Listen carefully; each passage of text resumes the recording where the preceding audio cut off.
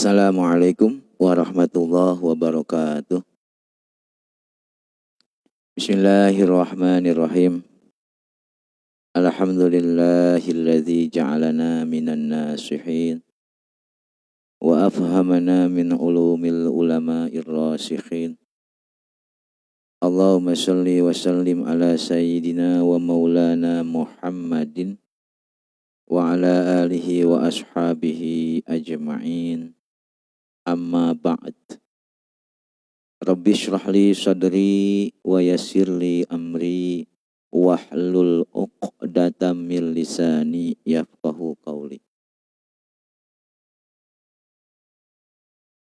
Alhamdulillah, pada malam hari ini kita berjumpa kembali dalam kajian rutin komunitas Cilambar Rantau, di mana kajian yang biasa kita sudah mulai dari sebelumnya, yaitu kitab Bidayatul Hidayah, sudah masuk kepada materi mengenai al-qismul awal fit ta'at. Mungkin nanti kalau misalkan pada waktunya kita membuka kitabnya, boleh bisa dilihat halaman 9. Malam hari ini saya tidak panjang lebar lagi karena sudah mulai agak malam. Ini waktunya biasanya jam 9 sesuai dengan jadwal yang tertera dalam pemberitahuan. Namun ada suatu kendala, akhirnya harus agak bertambah waktunya. Bismillahirrahmanirrahim, kita langsung saja. Namun sebiasa mungkin kita membaca Al-Fatihah sebelum memulai kajian ini. Mudah-mudahan Al-Fatihah yang kita baca ini akan menjadi keberkahan dalam keseharian kita, dalam kehidupan kita, dalam keluarga kita, ataupun usaha kita. Ala hadhihi niyah wa ala kulli niyatin sholihah. Al-Fatihah. A'udzubillahi minasyaitonirrajim. Bismillahirrahmanirrahim. Alhamdulillahirabbil alamin arrahmanirrahim maliki yaumiddin. Iyyaka na'budu wa iyyaka nasta'in ihdinas siratal mustaqim. Shiratal ladzina an'amta 'alaihim ghairil maghdubi 'alaihim waladdallin. Sebelum kita mulai kepada lanjutan materi, saya ingin membawa kawan-kawan saya semuanya mengkaji ulang bahwa dalam materi sebelumnya dikatakan bahwa semua perintah Allah itu meliputi fardu dan sunnah-sunnah. Kalau fardu merupakan modal perdagangan kita, asal perdagangan kita. Kemudian juga dijelaskan wan naflu, sunnah merupakan keuntungan. Ini adalah ilustrasi yang digambarkan bahwa perdagangan jika ingin mendapatkan keuntungan, maka kita semaksimal mungkin berusaha supaya keuntungan itu sesuai yang kita inginkan.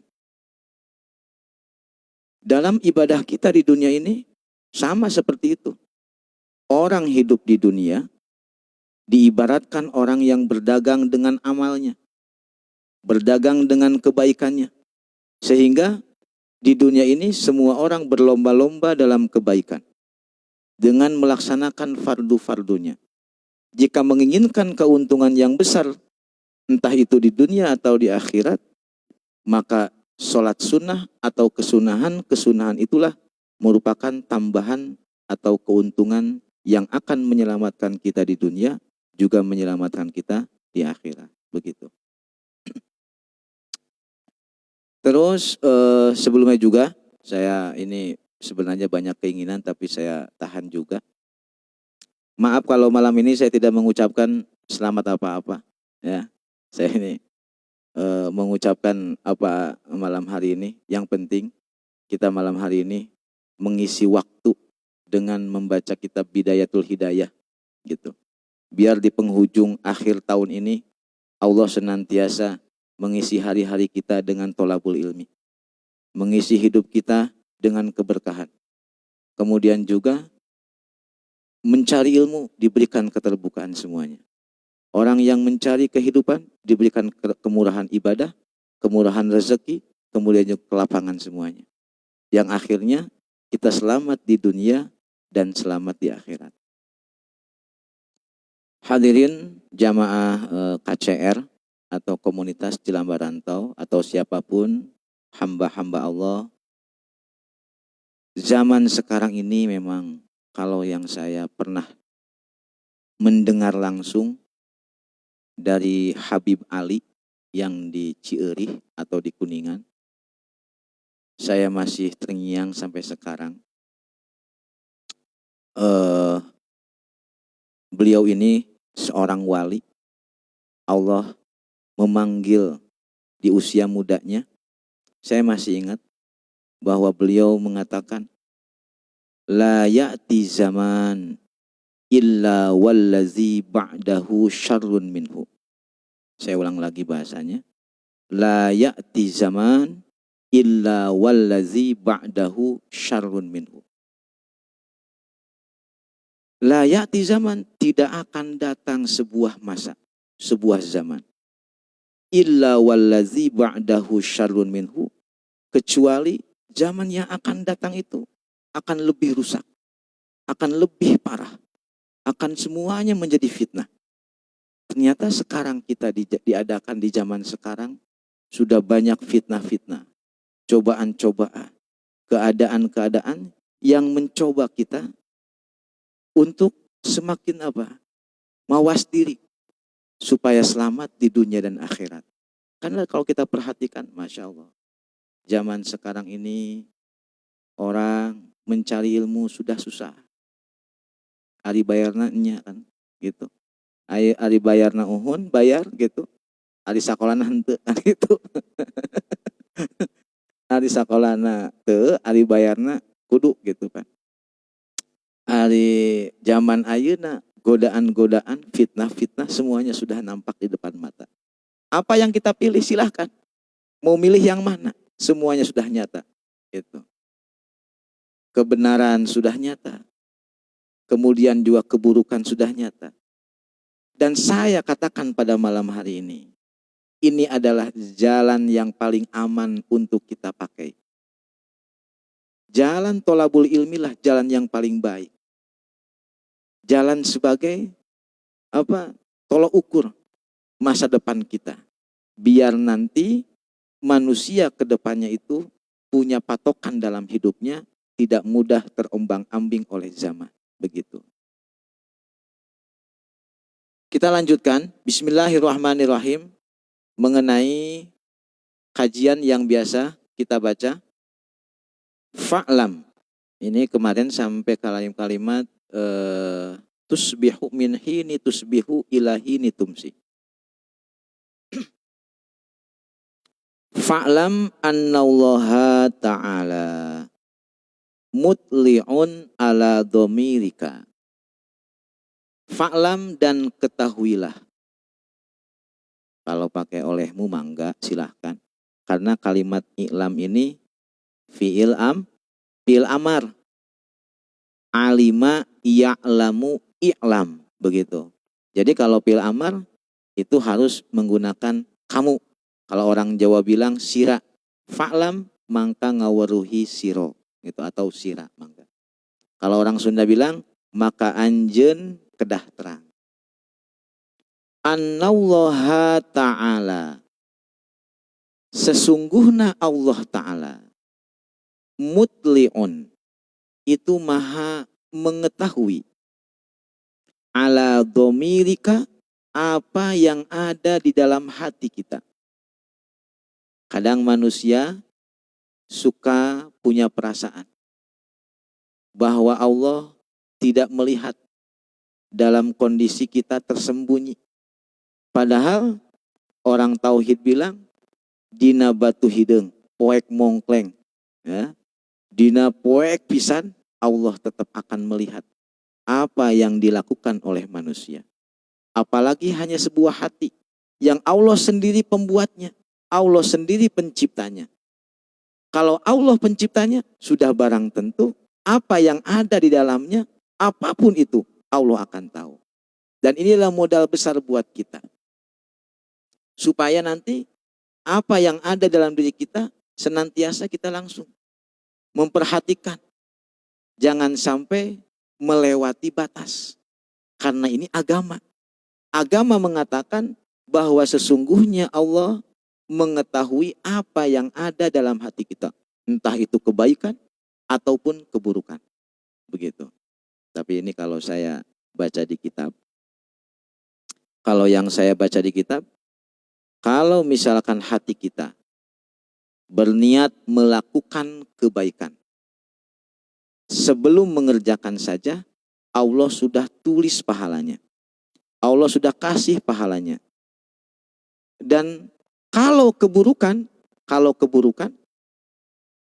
sebelum ia kerjakan, misalkan baru niat saja, malam minggu saya mau wakuncar gitu kan.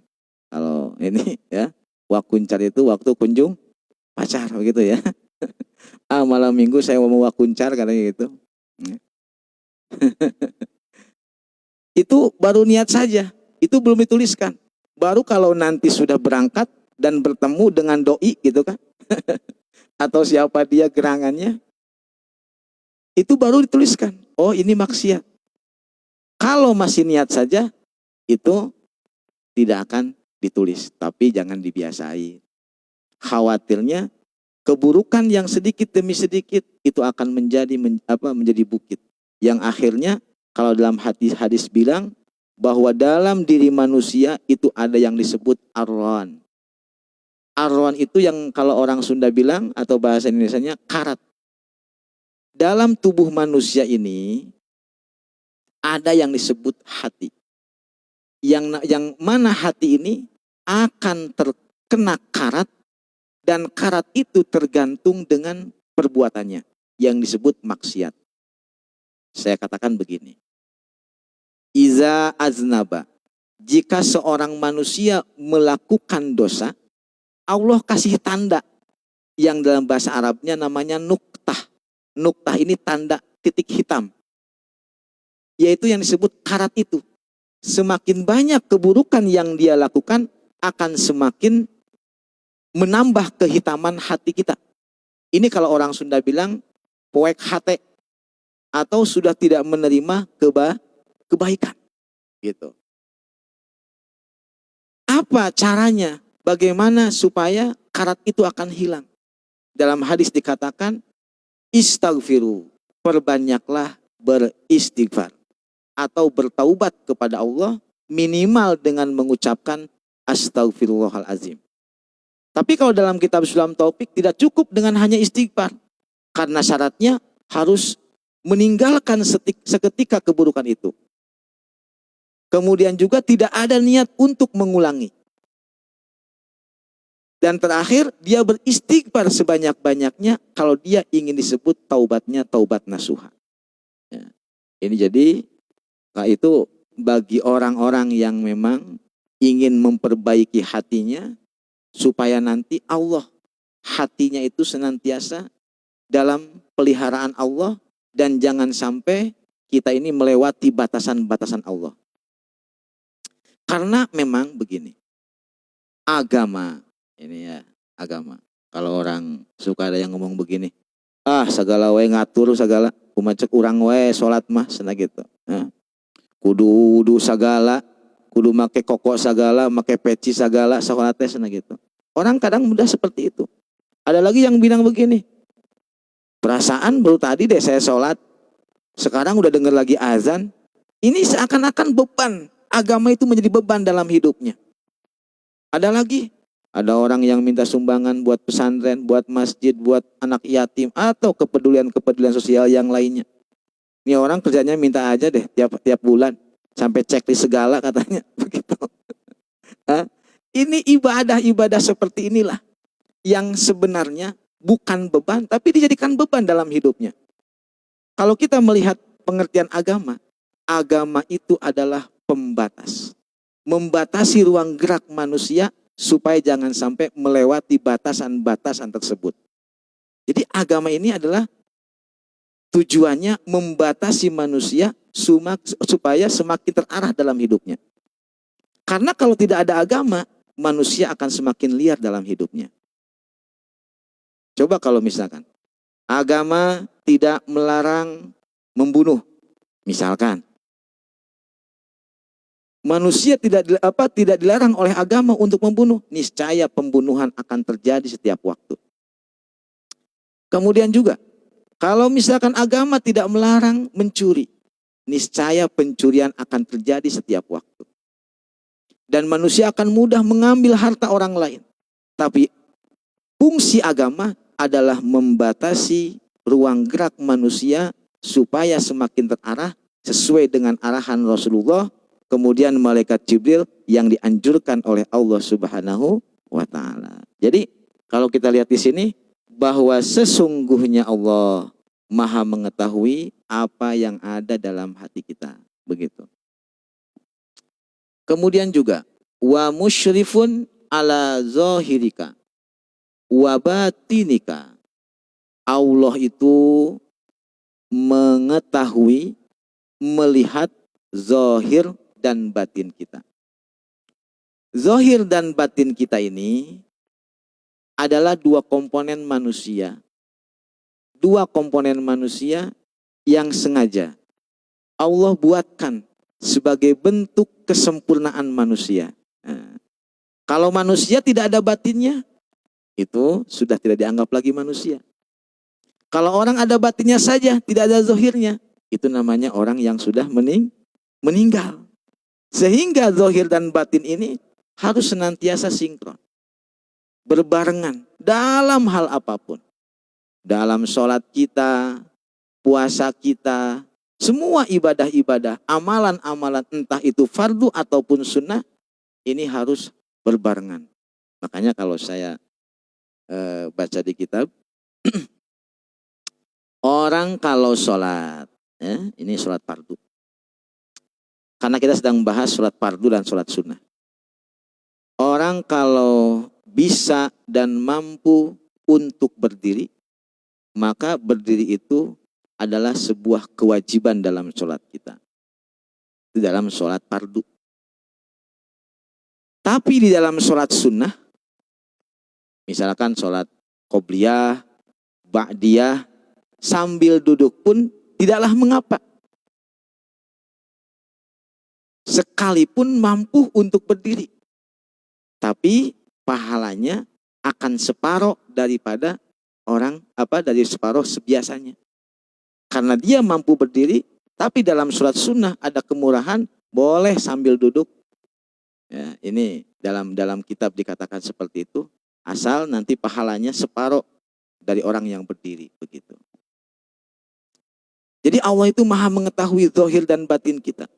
Zahir kita, misalkan penampilan kita, makanya kalau saya anjurkan, mumpung kita sedang membahas ini, sholat kita menggunakan peci, kemudian baju yang panjang, kemudian pakai celana panjang atau pakai sarung, pakai minyak wangi, pakai serban, semuanya digunakan.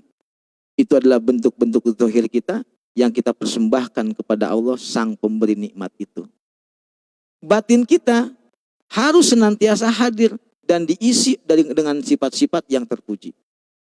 Dalam kitab Sapinah pernah dibahas saya, bahwa la ilaha illallah ini ada 11 sifat yang harus kita teladani dan kita amalkan dalam sholat kita. Makanya sifat-sifat yang tidak terpuji atau tercela dalam batin kita harus kita hilangkan, supaya nanti ibadah kita itu seluruhnya dipersembahkan kepada Allah, begitu. Wa muhitun bijami'i lahazatika, dan Allah maha menguasai, maha melihat semua lirikan-lirikan kita. Kita kadang kalau lagi bawa motor, saya pribadi kadang pernah juga sih, ya. Tapi mudah-mudahan saya tidak termasuk orang yang seperti itu, begitu ya. Saya kalau lagi bawa motor, lihat perempuan, kayaknya cantik gitu. Begitu. Saya contohin dulu. Kalau orang lain takutnya marah ya kan. Saya dulu ngamalin gitu loh. Bukan ngamalin, artinya gini. Saya lagi bawa motor nih. Ternyata di perjalanan ada perempuan. Masya Allah, saya bilang ini perempuan gimana gitu kan. Ini perempuan pakaiannya, celananya celana pendek. Masya Allah. Rambutnya terurai kan begitu. Rambutnya terurai, kemudian perempuan pakai t-shirt gitu kan, kaos oblong begitu. Masya Allah, saya di belakangnya. Saya mau pejamkan mata takutnya celaka. Saya mau lihat takutnya saya gimana. Akhirnya saya kembali ke jalan Allah. Ya. Apa kembali ke jalan Allah? Seketika saya istighfar dan saya coba berhenti sejenak. Begitu. Karena sebenarnya ini perempuan yang seperti itu kadang kalau kita orang Sunda bilang ditegur atau digeingkeun begitu, dia kadang bilangnya kumaha cek urang wae, baju-baju urang, duit-duit urang mainan urusan anak. Gitu. Tapi kalau kita kembali kepada Islam bahwa agama adalah membatasi, mengarahkan kita, niscaya perempuan akan menjadi baik semuanya. Saya pernah bilang sama perempuan, kalau perempuan punya uang, misalkan punya budget 1 juta. Ini kadang perempuan ingin meluruskan rambut yang agak bengkok-bengkok begitu. Ya.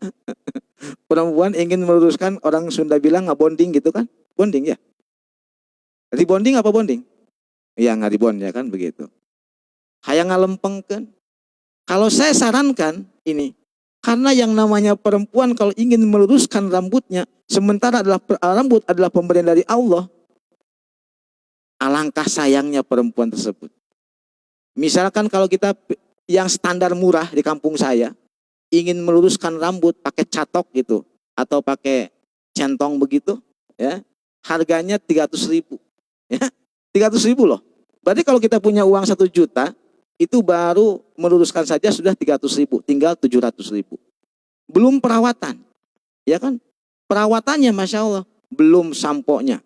Karena yang namanya perempuan ini adalah tempat berkembang biaknya kutu, lisa, dan kuar. Ya, ini tanya perempuan, semuanya tahu yang namanya itu siapa kutu, siapa lisa.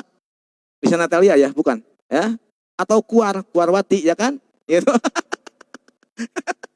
Ini kutu lisa dan kuar ini Masya Allah pasti ada di perempuan.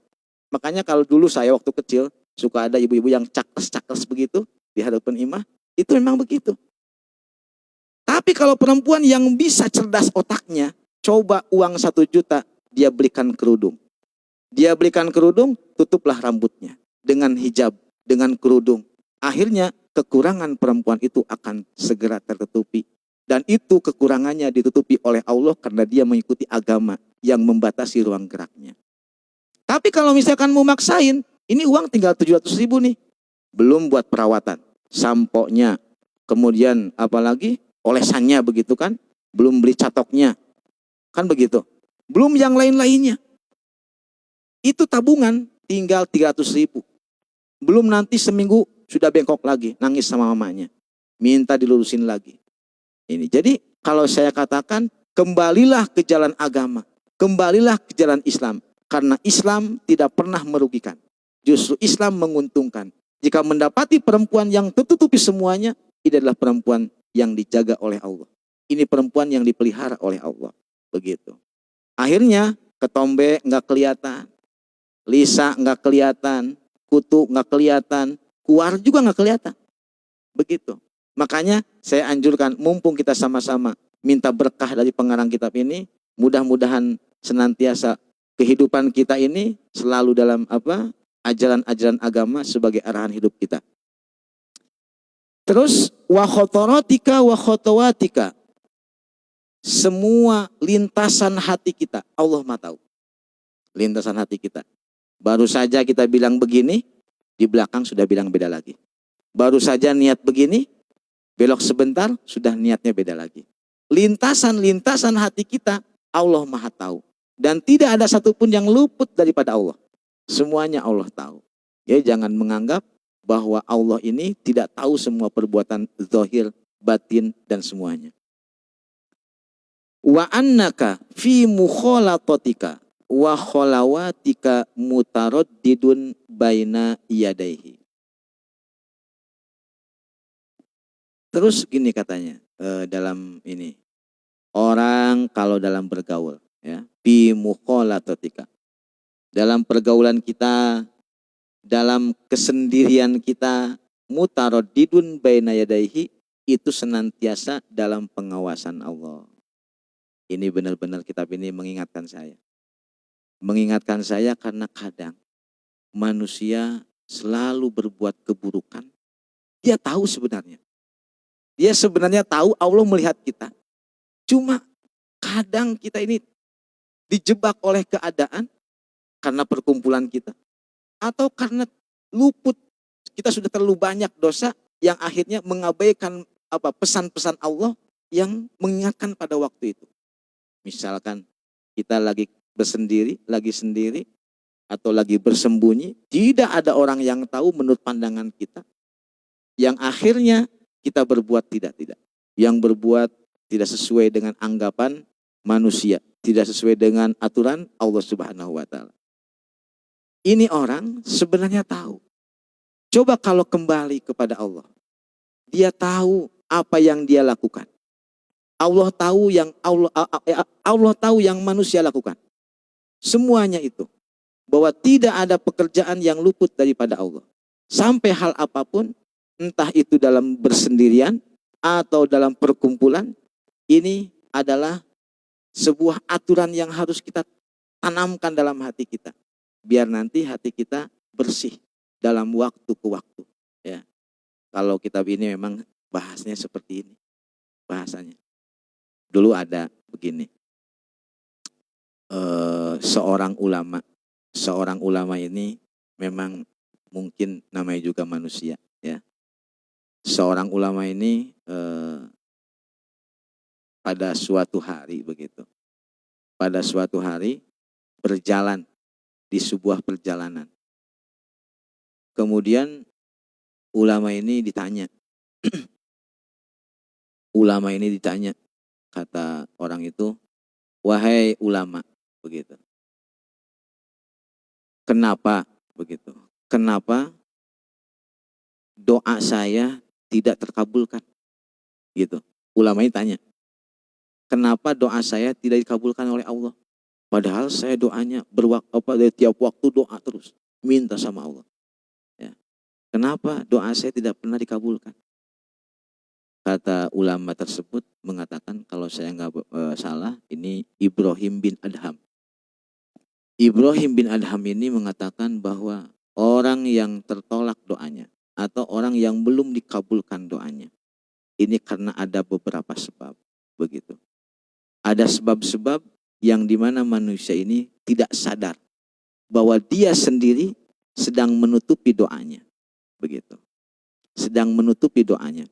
Kalau dalam kitab ini juga nanti ada pembahasan, diantaranya begini. Dalam doa itu harus diawali dengan sholawat. Makanya kalau kita dengar doa, suka baca Allahumma sholli wa sallim ala sayyidina wa habibina, kan begitu. Itu harus diawali dengan sholawat. Kemudian juga diakhiri dengan sholawat. Itu adabnya atau etika berdoa. Jangan meminta hal-hal yang sifatnya untuk maksiat kepada Allah. Sementara kamu, kata ulama itu, tidak diterima atau belum diberi oleh Allah, sebenarnya Allah sudah memberi.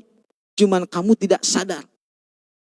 Tidak sadarnya begini, ketika kamu sudah diberi oleh Allah, karena saking gembiranya, dia tidak ingat bahwa dia pernah meminta hal serupa dan baru dikasih sekarang.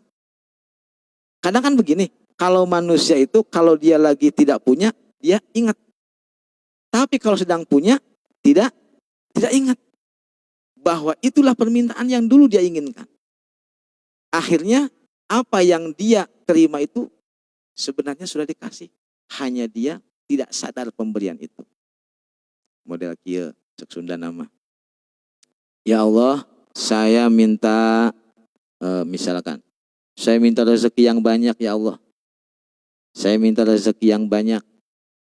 Kemudian Allah kasih tanpa sadar, karena saking gembira Allah telah memberi apa keinginan kita, akhirnya inilah kesehatan kita, kemudian juga rezeki kita yang kalau kita kalkulasikan semuanya adalah permintaan kita kepada Allah.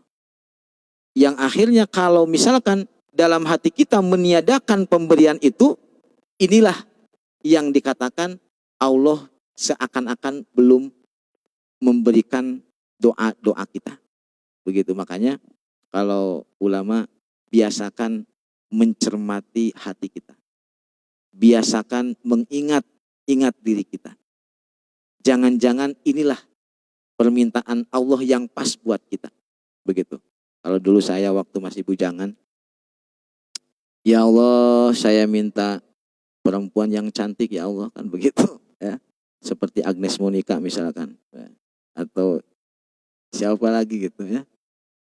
Ternyata saya dikasihnya yang sesuai dengan SDM saya. Ya. SDM saya itu swadaya muka saya gitu. Jadi SDM itu swadaya muka saya. Kalau orang Sunda bilang seperti sesuai wajah saya. Itu bukan berarti Allah nggak ngasih, itu sudah sesuai dengan pertimbangan Allah. Kalau misalkan Allah ngasih sesuai dengan keinginan saya, ya Allah, saya minta seperti Agnes Monica misalkan perempuannya. Tiba-tiba saya dikasih, sanggup enggak kamu? Misalkan per waktunya buat pedicure, medicure, kan begitu kan? Ya, buat semuanya. Ada krim malam, ada krim siang, ada krim sore, kan begitu. Semuanya harus ada perawatan. Kalau dikalkulasikan, dihitung per hari, ternyata sudah tidak sesuai dengan pendapatan kita. Makanya Allah kasih kita sesuai dengan kehendak Allah. Ya, bukan berarti Allah nggak ngasih apa-apa permintaan kita. Sebenarnya Allah sudah ngasih, dan kasihan Allah atau pemberian dari Allah itu sudah disesuaikan dengan apa pertimbangan-pertimbangan Allah. Karena bisa saja Allah ngasih sama kita sesuai keinginan kita, nanti malah kedepannya kita yang akan hancur. Ya, ada perempuan minta, ya Allah saya minta perempuan nih, minta laki-laki yang seperti misalkan Lee Min Ho atau si Siwon, ya begitu, atau misalkan si Jackie Chan atau Jet Li misalkan, atau Andy Lau misalkan. Ya Allah saya minta, wah ahli silat semua itu mah ya. Itu mah ahli silat semua. Ya Allah ahli kungfu semua gitu. Ya Allah saya minta yang kayak Jet Li misalkan gitu. Ya, ternyata yang dikasih yang agak burik begitu kan. Misalkan itu justru kalau saya bilang itu sesuai kehendak Allah dan sudah melalui pertimbangan-pertimbangan yang matang. Jadi jangan coba-coba mengintervensi Allah. Karena Allah sudah membuat seperti itu disesuaikan dengan SDM yang saya katakan tadi. Ya. Jadi Allah kalau ngasih sama kita ini jangan sering ditiadakan.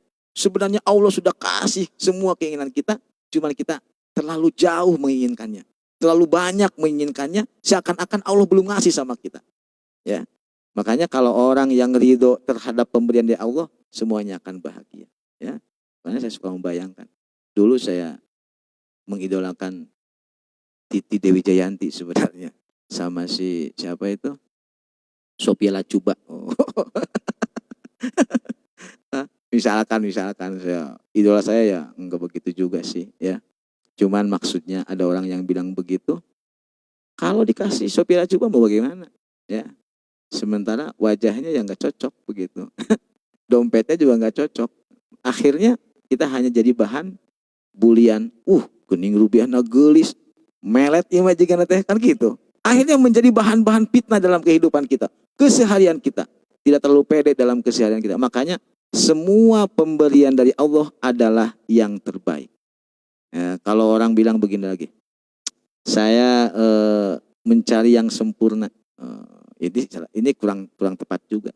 Justru kesempurnaan itu kita dapat setelah kita menyatukan semua perbedaan antara suami dan istri. Karena kalau kita sempurna kapan?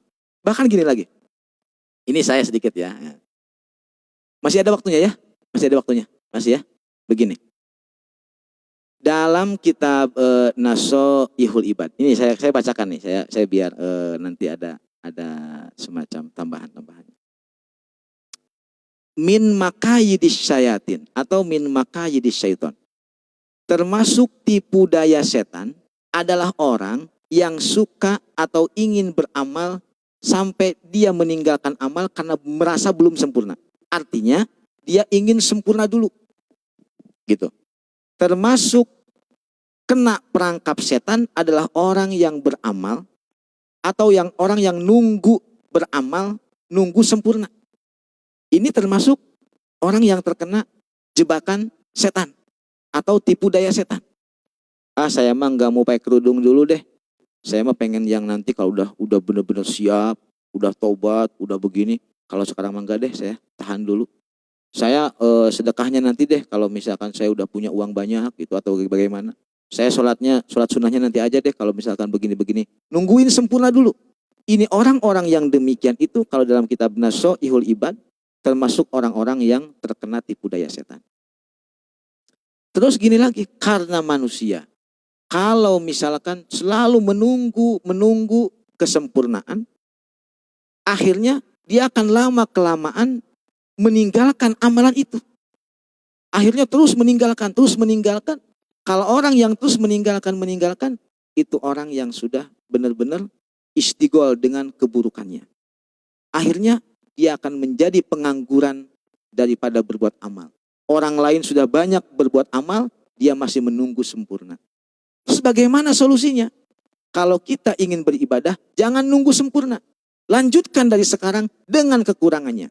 Asal kita ikhtiar, tolabul ilmi, kajian-kajian, di majlis taklim atau dimanapun, insya Allah semua kekurangan kita Allah terima. Asal kita masih dalam tahap belajar. Jadi jangan sampai kita ini dibiasakan menunggu sempurna sampai akhirnya meninggalkan amalan itu.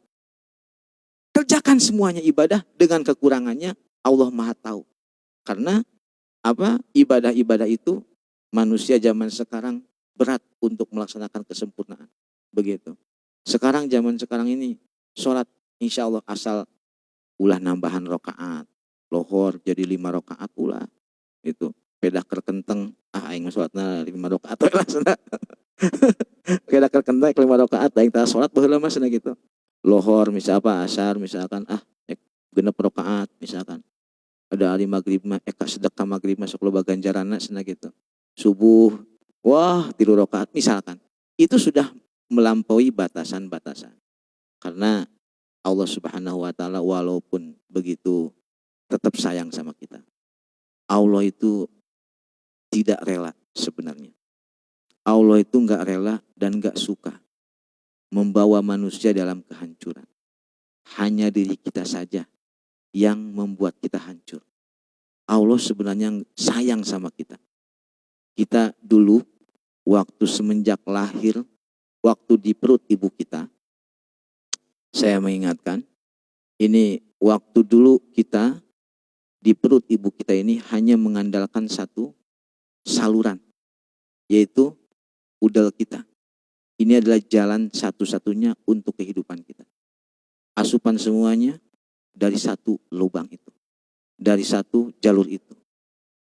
Tapi ketika Allah melahirkan kita ke alam dunia, satu-satunya jalan hidup kita Allah putus. Satu-satunya jalan hidup kita, yaitu udel kita, Allah putus. Tapi jangan, makanya inilah. Satu jalan Allah putus, Allah ganti dengan rezeki dan nikmat-nikmat yang lainnya. Ternyata ketika Allah memutus urat ini, satu jalur ini, Allah mengaktifkan pandangan kita. Allah mengaktifkan mulut kita. Allah mengaktifkan telinga kita. Semua nikmat Allah tambah. Makanya ketika manusia dicoba oleh satu cobaan, jangan sakit hati. Ini adalah bentuk kasih sayang dari Allah. Allah akan ganti dengan kasih yang lainnya. Kayak tadi, telinganya semua aktif, mulutnya bisa berbicara, hidungnya bisa menghirup udara, matanya bisa melihat, bisa memandang semuanya, tangannya bisa semuanya. Itu Allah. Kalau kita bilang satu-satunya jalan hidup Allah putuskan, tapi ternyata Allah ganti dengan nikmat-nikmat yang lainnya. Makanya kalau manusia zaman sekarang mudah putus asa, dia karena kurang sadar dalam dirinya bahwa Allah begitu sayang sama kita. hanya diri kita yang gak sayang sama diri kita dengan perbuatan maksiat kepada Allah. Allah yang sudah banyak berbuat baik sama kita. Allah yang selalu memperhatikan kita. Allah yang melihat kita. Kita tidak pernah melihat beliau. Tidak melihat Allah. Tidak memandang Allah. Tidak merasa memandang Allah. Ini adalah bentuk apa ya? Kejelekan menurut saya ini manusia zaman sekarang. Allah saja memperhatikan kita. Mengapa kita dalam ibadah masih saja mengabaikan pandangan-pandangan yang akhirnya yang mestinya kita menghadap Allah malah menghadap setan, begitu. Kembali bahwa ya itulah, bahwa manusia ini jangan sering berkecil hati. Manusia ini kebaikannya Allah kasih kebaikannya. Allah nuntun kita ke masjid, nuntun kita ke pengajian, Allah nuntun kita semuanya. Sholat kita. Saya sering membayangkan, jika Allah tidak membuat yang namanya sholat, amalan apa yang akan menyelamatkan kita di akhirat? Duit itu boga, sedekah lagi lain, munggah haji encan misalkan ya, zakat di mana gitu. Hanya satu sholat, sholat itulah modal yang paling besar buat kita selamat di dunia di akhirat. Kalau Allah tidak membuat sholat itu, naon amalan? Apa amalan yang akan kita tawarkan kepada Allah sebagai bentuk penyelamatan kita? Makanya alhamdulillah kita masih eksis sampai sekarang. Sholat walaupun belum nanti pada waktunya kita akan sholat sunat atau apa. Kita masih konsisten menjalankan ibadah-ibadah kepada Allah. Ya, makanya apa yang Allah bebankan kepada kita itu adalah bentuk kasih sayang Allah kepada kita. Jangan dianggap beban, jangan dianggap sebagai penekanan. Justru ini adalah bentuk kasih sayang Allah kepada kita semuanya. Kemudian ini yang saya katakan bahwa fala yaskunu fil mulki wal malakut sakinun. Tidaklah orang diam, tidaklah diamnya orang berdiam kecuali apa? Allah tahu semuanya. Tidaklah bergeraknya orang yang bergerak. Entah itu fil mulki. Mulki itu kalau dalam bahasa Arab kerajaan, atau misalkan kerajaan yang nampak dalam pandangan manusia namanya mulki. Ada lagi malakut. Wal malakut. Malakut itu kerajaan yang tidak nampak dalam pandangan manusia. Jadi kita suka mendengar ada yang disebut alam mulki, ada yang alam malakut. Alam malakut itu alam yang tidak nampak dalam pandangan manusia. Kalau mulki, alam yang kerajaan yang nampak dalam pandangan manusia. Itu namanya mulki, begitu. Pokoknya semua gerakan-gerakan manusia, diamnya manusia, pergerakan manusia, semuanya Allah tahu. Gitu. Ya'lamu kha'inatal a'yun, sampai mata-mata yang khianat pun Allah tahu. Zaman sekarang misalkan ya, ada orang yang tidak berada dalam keadilan manusia. Sebenarnya Allah ini sudah membuat keadilan dalam tubuh manusia. Masih saja tidak berbuat keadilan. Ada mungkin saudara kita orang muslim yang merasa tidak diberikan keadilan oleh keadilan zaman sekarang, ya. Ini Allah tahu. Kha'inatal a'yun. Mata-mata yang khianat, Allah tahu semuanya. Wa ma tukhfis sudur, yang apa yang samar, yang disembunyikan dalam hati manusia. Wa ya'lamu sirra wa akhfa, dan Allah tahu yang samar dan yang lebih samar. Misalkan kita yang menyamarkan, yang lebih samar, yang disamarkan sama sekali, Allah tahu semua.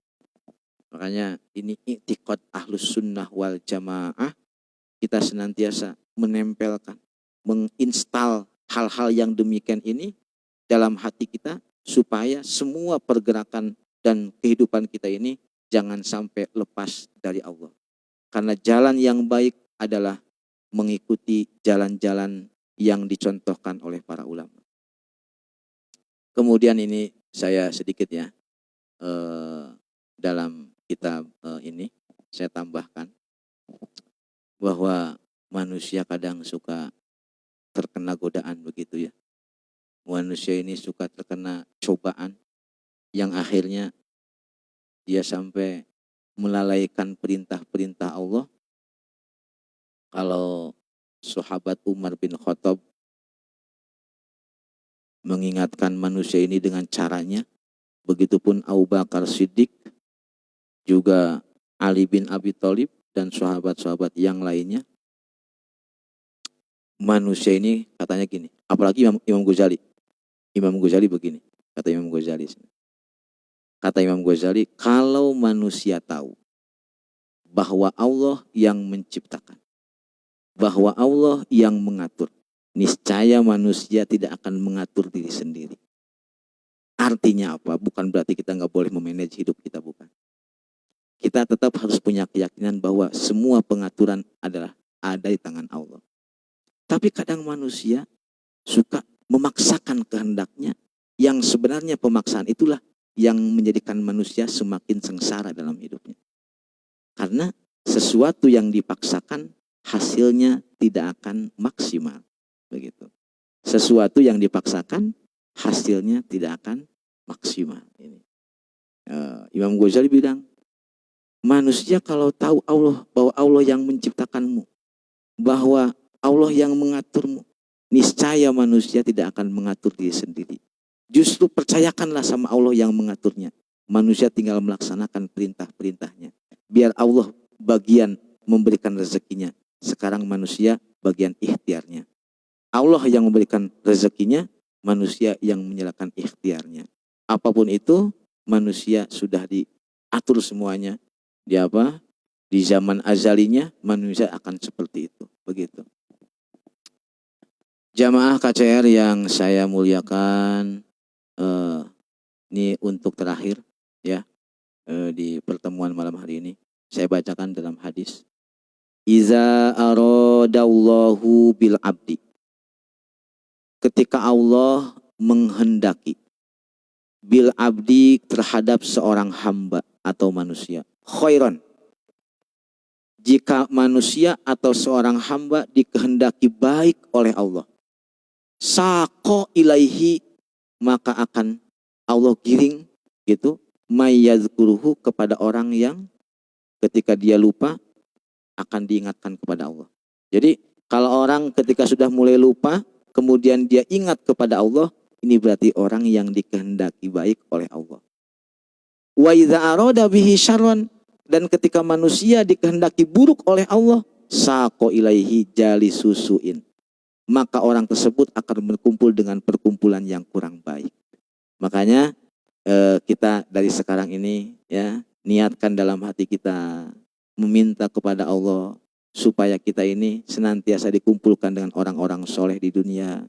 Kemudian kita di akhirat diselamatkan, diberikan syafaat oleh mereka. Ya, semuanya ini adalah hal-hal yang kita inginkan. Dari semenjak kecil kita belajar ilmu agama. Ya, nanti kedepannya saya pengen mengajak kawan-kawan semuanya. Kitab ini kita pegang sekuat-kuatnya. Banyak penjelasan-penjelasannya. Baru saja kita bahas taat. Nanti kita akan masuk kepada adab-adab, etika-etika, atau cara-cara yang terbaik yang dicontohkan oleh Rasulullah dari mulai bangun tidur sampai tidur kembali. Ada aturan-aturannya atau adab-adabnya. Ini saya maaf kalau misalkan penjelasan ini saya banyak bicara yang sifatnya bebas atau bagaimana. Tapi ini semata saya berwasiat kepada kawan-kawan saya. Juga nanti kalau saya ada yang salah, silakan di komentar, ada yang salah menerjemahkan atau bagaimana. Kita doa dulu terakhir ini. Mudah-mudahan di akhir tahun ini kita sehat, jasmani rohani kita diberikan ilmu yang manfaat dunia akhirat gitu. Anak-anak kita yang putra-putrinya soleh-solehah semuanya.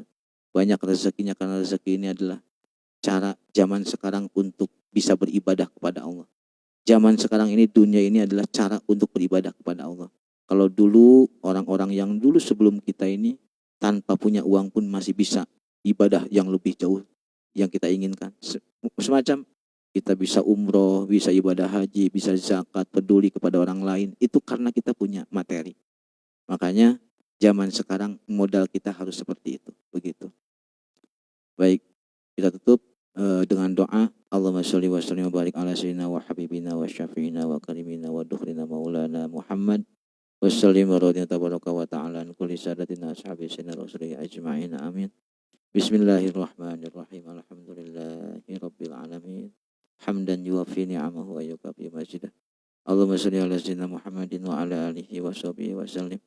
Allahumma sholli ala sayyidina Muhammad salatan taj'aluna min ahli ilmi zahiran wa batinan wa tahsyuruna bi ibadika sholihin fi dunyana wa ukhrana wa ala alihi wa sahbihi wa sallam.